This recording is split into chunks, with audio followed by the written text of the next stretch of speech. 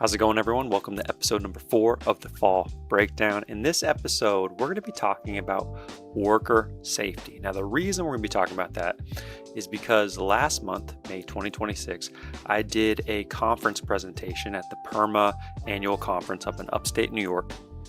And the topic was all about the roll-safe framework, so the 6 principles of safe falling.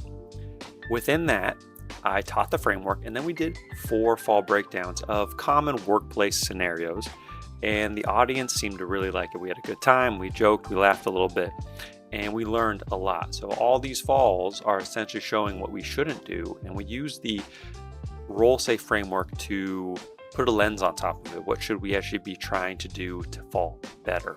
So what I'm going to do is I'm going to put the kind of brief overview of the roll-safe framework first, followed by the 4 fall breakdowns. So enjoy the video, learn something, leave some comments if you have some suggestions about how these falls could have been done better, and enjoy. So those are the 6 principles. Relax the body, observe your surroundings, lengthen the fall, land on the soft bits or the meaty bits,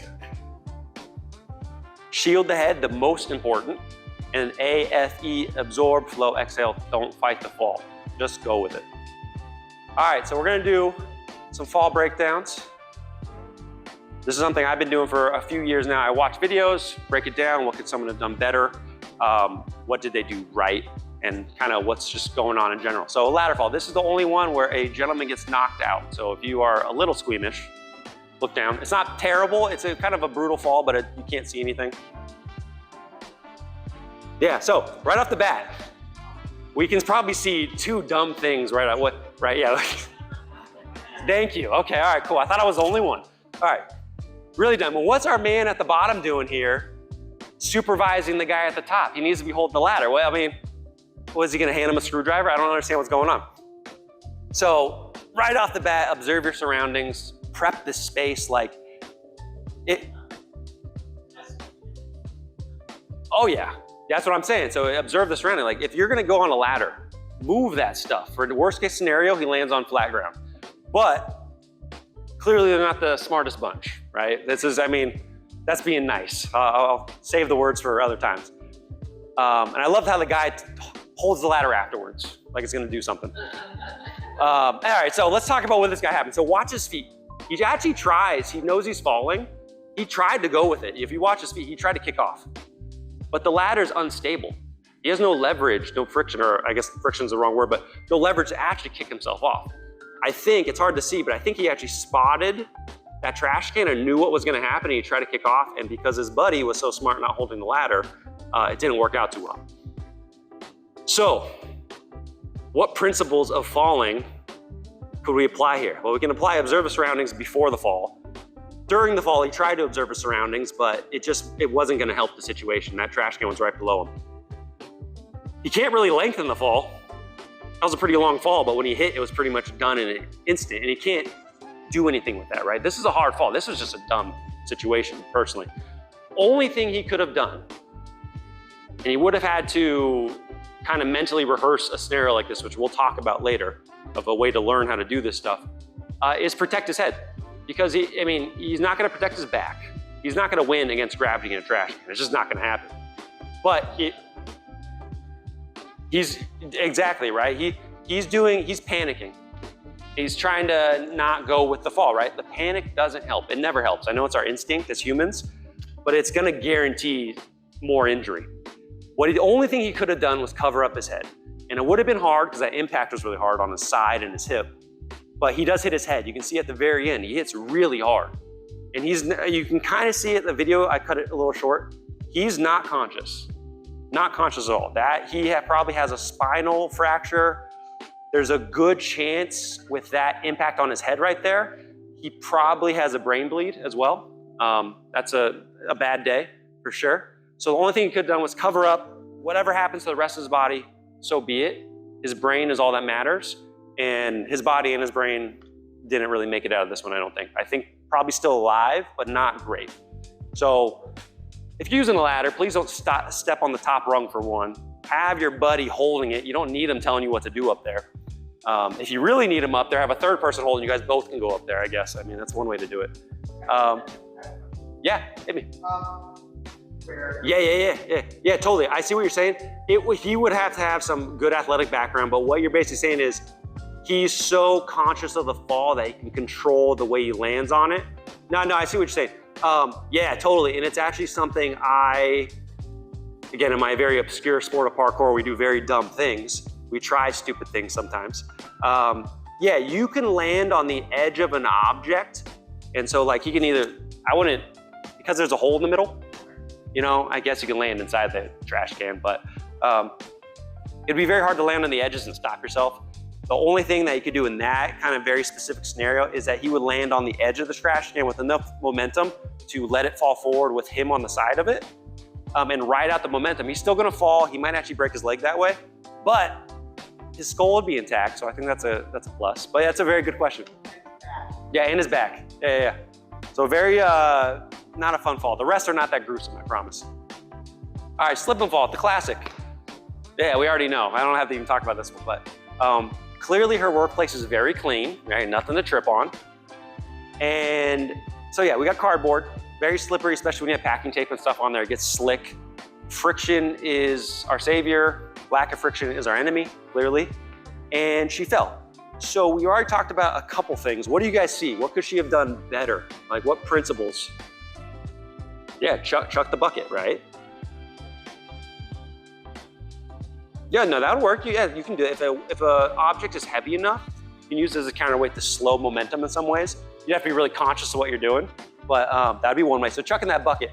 Like, she's lucky that looks like mail in there, but again, you don't know if she might have porcelain glasses in there, glass, whatever, and all this glass shards, tools can fall on you. Secondary cuts, God forbid, again, I'll be gruesome, but I have seen it. You get cut in the neck or something, it happens. So you want to get that stuff off the line of fall. If I was going to say chucking it, she has a lot of stuff to the side of her, at least on the right. Probably would have been better throwing it behind her and just like throw it as hard as she possibly can. And also when she does that, hands behind the head, right? We can save it because she does hit her head. Very lucky it was probably relatively soft on the cardboard, but I wouldn't doubt if she got like a very tiny concussion, probably got a bump. I mean, this is a pretty benign fall, to be honest.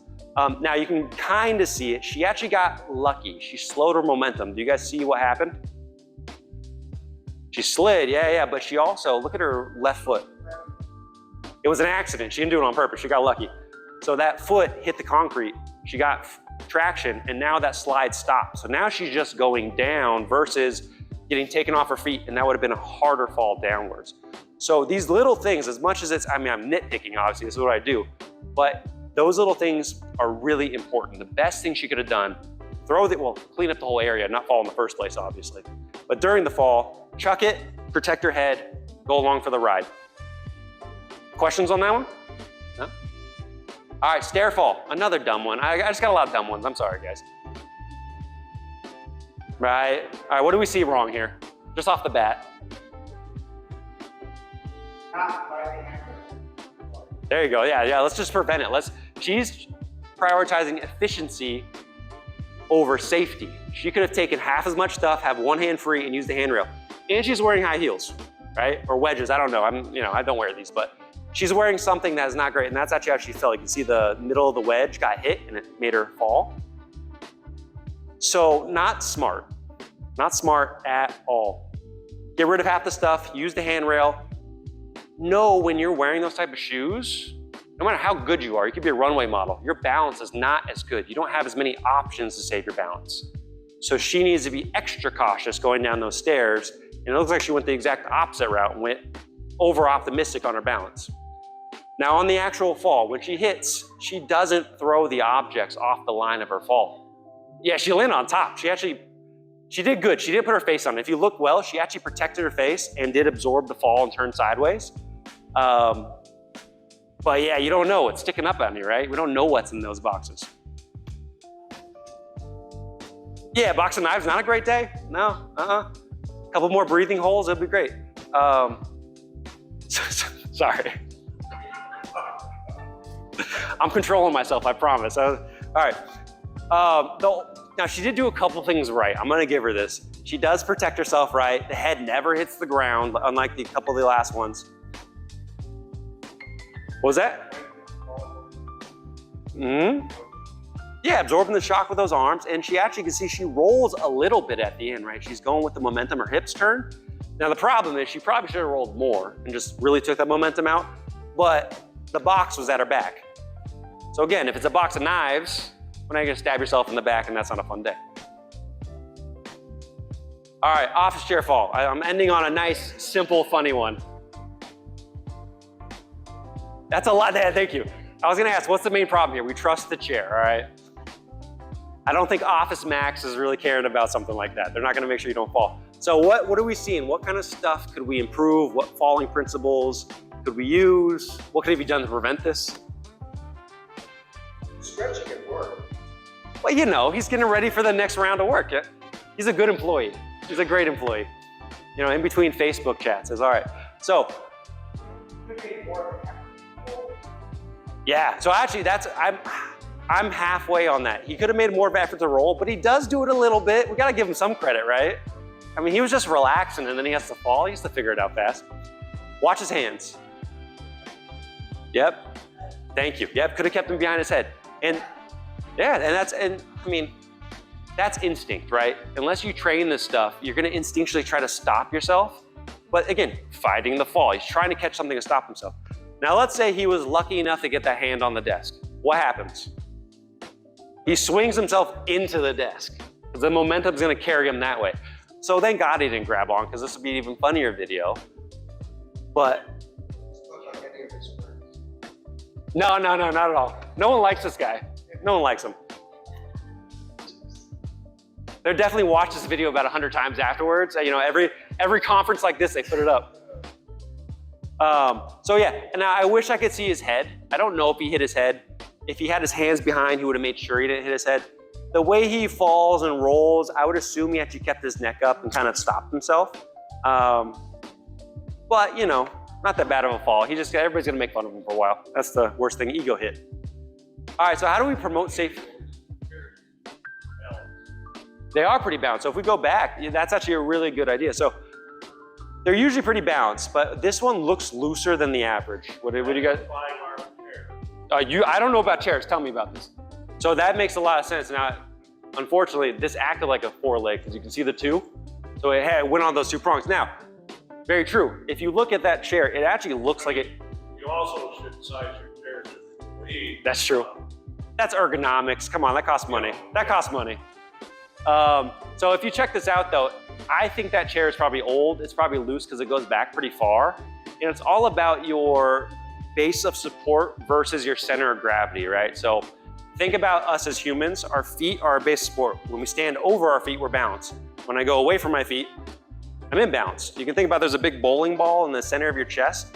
Wherever that bowling ball goes, your body will try to go. If it goes away from your feet, you're gonna fall. He is the bowling ball in this scenario. As he leans back extremely far, he goes away from that center area where the base of support would be, and he just gets it to the point where it just slightly tips, and then it goes. So 5-prong is safer, but I think this is probably an old chair, and he was really stretching it to its max.